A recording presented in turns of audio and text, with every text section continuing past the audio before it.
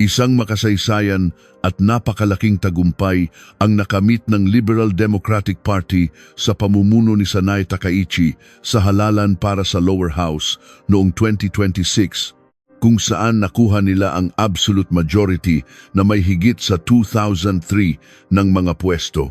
Dahil dito, ang pag-amyenda sa konstitusyon ng Japan upang maging isang normal na bansa at ang malawakang pagpapalakas ng kanilang puwersang militar ay tila hindi na maiiwasan. Ang resulta na ito ay nagbunsod ng mainit na debate sa loob at labas ng bansa. Patungo na ba ang Japan sa muling pagbuhay ng militarismo?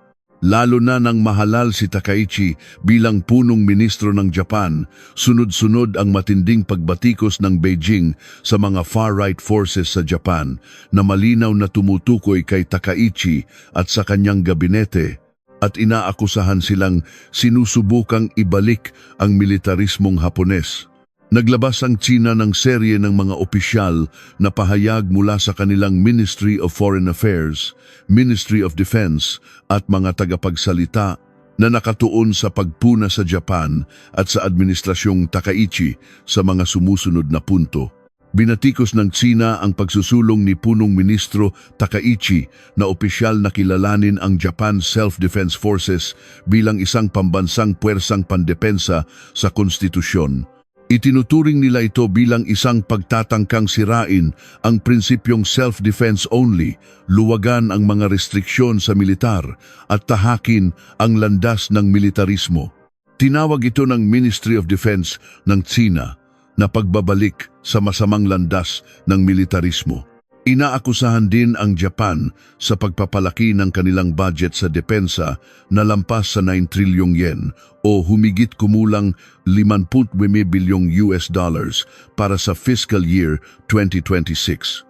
Bukod pa rito ang pag-aalis ng ban sa collective self-defense, pagbuo ng mga offensive weapon sa ilalim ng pagkukunwaring depensa at paghamon sa post-war international order. Tungkol naman sa Taiwan at mga isyong historikal, binatikos ng Beijing ang pag-uugnay ni Takaichi sa isang emergency situation sa Taiwan sa seguridad ng Japan. Para sa kanila, ito ay isang banta ng paggamit ng puwersa at pakikialam sa isyu ng Taiwan na itinuturing ng Beijing bilang isang hindi mapaghihiwalay na bahagi ng Tsina. Kinondena rin ng Beijing ang mga kilos tulad ng pagbisita o pag-aalay sa Yasukuni Shrine na itinuturing nilang simbolo ng militarismo at kawalan ng pagsisisi sa kasaysayan. Nanawagan ng Tsina sa internasyonal na komunidad at sa mga bansang mapagmahal sa kapayapaan na maging mapagbantay at pigilan ang muling pag-usbong ng militarismong Hapones, upang maprotektahan ang mga bunga ng tagumpay laban sa pasismo. Ang tanong ngayon ay, tatahakin nga ba ng Japan ang landas ng militarismo tulad ng inaakusa ng Beijing? Suriin natin ang bawat argumento ng Beijing. Pag-amyenda sa Peace Constitution, Article 9. Hindi pa naisasagawa ang pag-amyenda. Hindi pa natin alam kung ano ang magiging nilalaman nito. Gayunpaman, ang pagsusulong ni Takaichi na opisyal na kilalanin ang Japan Self-Defense Forces bilang isang pambansang puwersang pandepensa sa konstitusyon ay hindi nangangahulugang pagsusulong ng militarismo. Ito ay pagtatatag lamang ng isang normal na sandatahang lakas para sa isang normal na bansa. Sa kasalukuyan, may halos 200 na bansa sa mundo at lahat sila ay may normal na sandatahang lakas. Tanging ang Japan lamang ang walang formal na hukbo, kundi isang self-defense force. Iyan ang hindi normal. Maging ang mga bansang kasama sa Axis powers noong World War II tulad ng Germany at Italy ay mayroon na ring normal na sandatahang lakas. Ang militar na nagpoprotekta sa teritoryo at mamamayan ay isang normal na bagay. Ang militar na ginagamit para magsimula ng digmaan, mangamkam ng lupa, dagat, isla at teritoryo ng ibang bansa, iyan ang hindi normal, iyan ang militarismo. Sa kasalukuyan, inaangkin ng Beijing ang soberanya sa halos buong South China Sea kasama na ang Spratly at Paracel Islands ng Vietnam, at ang atin mismong Scarborough Shoal at Ayungin Shoal sa Pilipinas. Inaangkin din nila ang Senkaku Islands ng Japan at ang Dokdo Island ng South Korea. Inaangkin nila ang soberanya sa Taiwan at mga kalapit na isla, ang rehiyon ng Arunachal Pradesh ng India, ang Far East region ng Russia at ilang teritoryo ng Nepal at Bhutan. Idineklara ng Beijing na hindi nila isinasantabi ang paggamit ng puwersa para bawiin ang mga teritoryong ito. Kung gayon, ang sandatahang lakas ng China ang mas mukhang militarista, pagtaas ng defense budget at pagbuo ng offensive weapons. Si Takaichi, na tagapagmana ng linya ni yumaong punong ministro Shinzo Abe, ay tunay na nagpapalakas ng militar. Malaki ang itinaas ng budget sa depensa na may target na 2% ng GDP, nagde-develop ng mga long-range missile, nakikipagtulungan sa militar ng Amerika at Pilipinas, at tinatalakay ang pag-amyenda sa konstitusyon upang linawin ang papel ng self-defense forces. Bakit ito ginagawa ng Japan? Ito ay tugon sa banta mula sa Tsina tulad ng militarisasyon sa South China Sea, mga aktibidad malapit sa Taiwan at ang alitan sa Senkaku Islands. Tingnan natin ang defense budget ng Tsina at Japan mula 2000 hanggang ngayon. Noong 2000, doble ang gastos sa depensa ng Japan kumpara sa Tsina. Nasa 45,050 bilyong dolyar ang Japan, habang ang Tsina ay nasa 20,030 bilyong dolyar. Mula 2000 hanggang 2010, nagsimulang pabilisin ng Tsina ang paggasta sa depensa at nalampasan nito ang Japan noong mga 2008-2010. Mula 2010 hanggang 2020, patuloy na pinalaki ng Tsina ang kanilang gastos sa depensa na may average na 10% kada taon sa ilang panahon, habang ang Japan ay nanatili sa 40 centans 50 bilyong dolyar.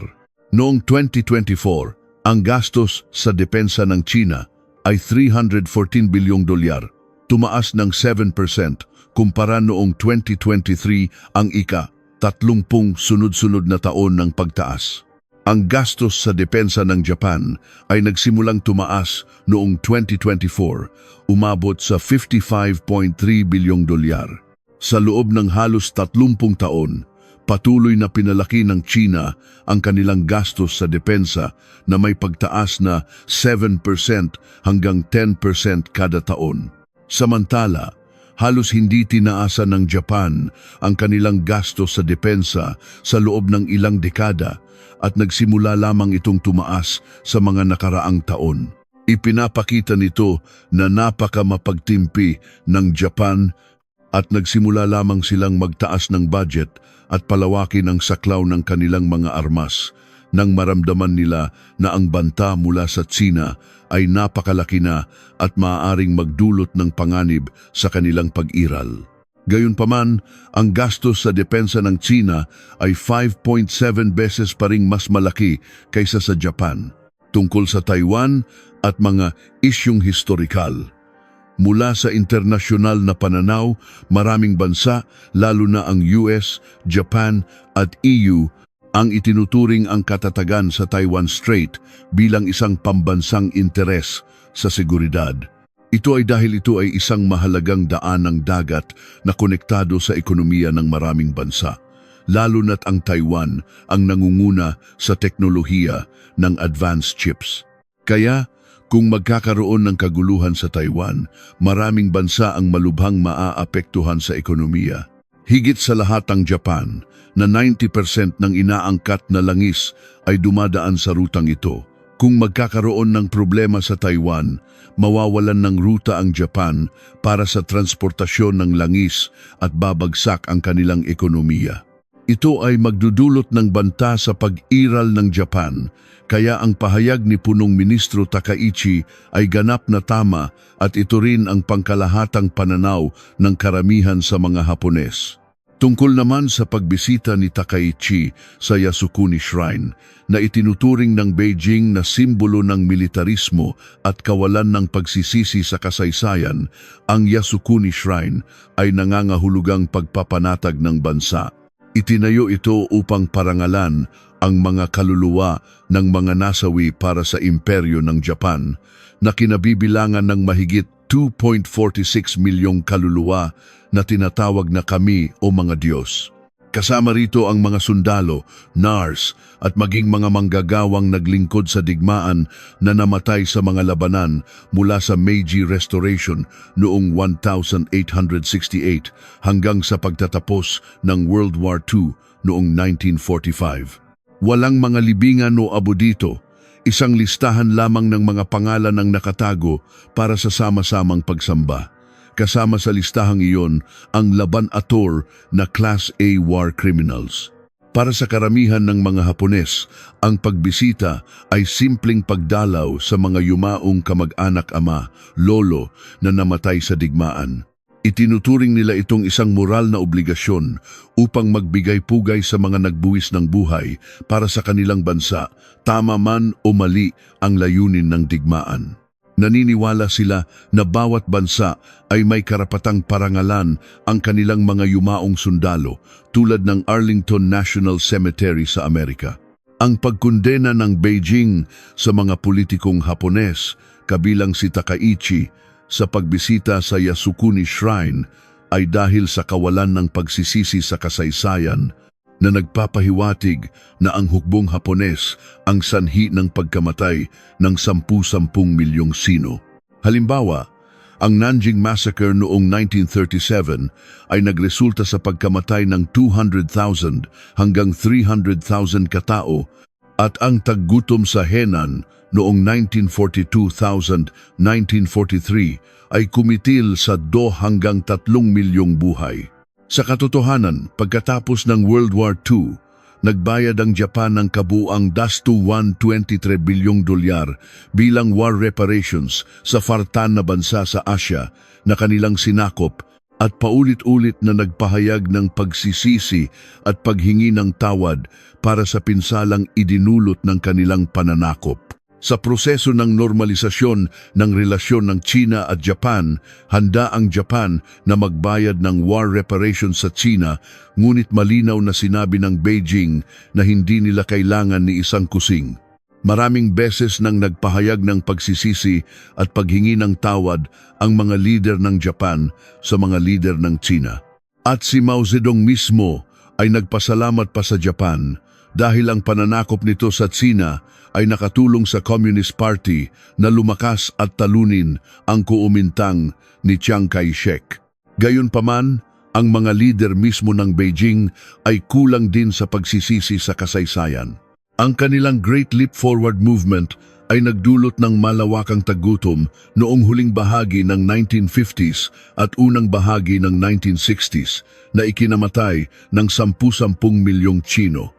Ayon sa pag-aaral ni Yang Jisheng, isang dating senior reporter ng Xinhua News Agency, sa kanyang aklat na Tombstone, 36 milyong tao ang namatay sa gutom sa buong bansa. Si Chen Yizi, isang dating tagapayo ni Zhao Ziyang, ay nagsabi na ayon sa isang confidential report, ang bilang ng mga namatay ay nasa pagitan ng 43 milyon hanggang 46 milyon. Hanggang ngayon, hindi pa humihingi ng paumanhin o nagbibigay ng kompensasyon ang Beijing sa mga pamilya ng milyon-milyong namatay dahil sa kanilang polisiyang Great Leap Forward. Bukod pa riyan, itinatago nila ang datos at hindi naglalabas ng detalyadong ulat at pangalan ng mga biktima. Panawagang internasyonal. Ginamit ng Beijing ang kanilang buong lakas ekonomiya, militar, diplomasya at malawak na media upang kondenahin si Takaichi at ang Japan at nanawagan sa mga kaalyado at partner na bansa na pigilan ang muling pag-usbong ng militarismong Hapones. Ang resulta, tanging ang Russia na lubos na umaasa sa China para sa ekonomiya at digmaan sa Ukraine ang sumuporta sa kanila. Ang ibang mga bansa ay nanahimik. Hindi lang iyon, binati pa ni dating Pangulong Trump ang tagumpay ni Takaichi bilang tanda ng pagpapatibay ng alyansa. Noong Nobyembre 19, 2025, sinabi ni Singaporean Prime Minister Lawrence Wong na ayon sa sunod-sunod na survey, ang Japan ang pinakapinagkakatiwalaang malaking kapangyarihan sa Timog Silangang Asya. Kaya sinusuportahan ng Singapore at lahat ng bansa sa Timog Silangang Asya ang mas malaking papel ng Japan sa rehiyon kabilang sa seguridad dahil naniniwala silang makakatulong ito sa katatagan ng rehiyon. Noong Disyembre 2, 2025, sinabi ni Kazakhstan President Kassym-Jomart Tokayev kay punong ministro Takaichi, lagi naming itinuturing ang Japan bilang isang maaasahang partner sa Asya. Itinuturing namin ang Japan bilang isang malapit at maaasahang kaibigan. Noong Disyembre 7, 2025, idineklara ni Australian Defense Minister Richard Marles sa Tokyo, ang Japan ay isang pinagkakatiwalaan at kailangang partner namin. Nagtutulungan ang Australia at Japan upang mapanatili ang isang rules-based order sa rehiyon at kami ay naninindigan kasama ng Japan. Kaya ang mga akusasyon ng Beijing laban kay Takaichi at sa Japan na tinatahak nila ang landas ng militarismo ay walang sapat na batayan. Gayunpaman, upang masagot ang tanong kung babalik ba ang Japan sa militarismo, kailangan nating unawain ang pinagmulan nito. May 5 pinagmulan ang militarismong Hapones, pamana ng kultura at diwa ng Bushido. Matagal na pinamunuan ng mga samurai ang Japan.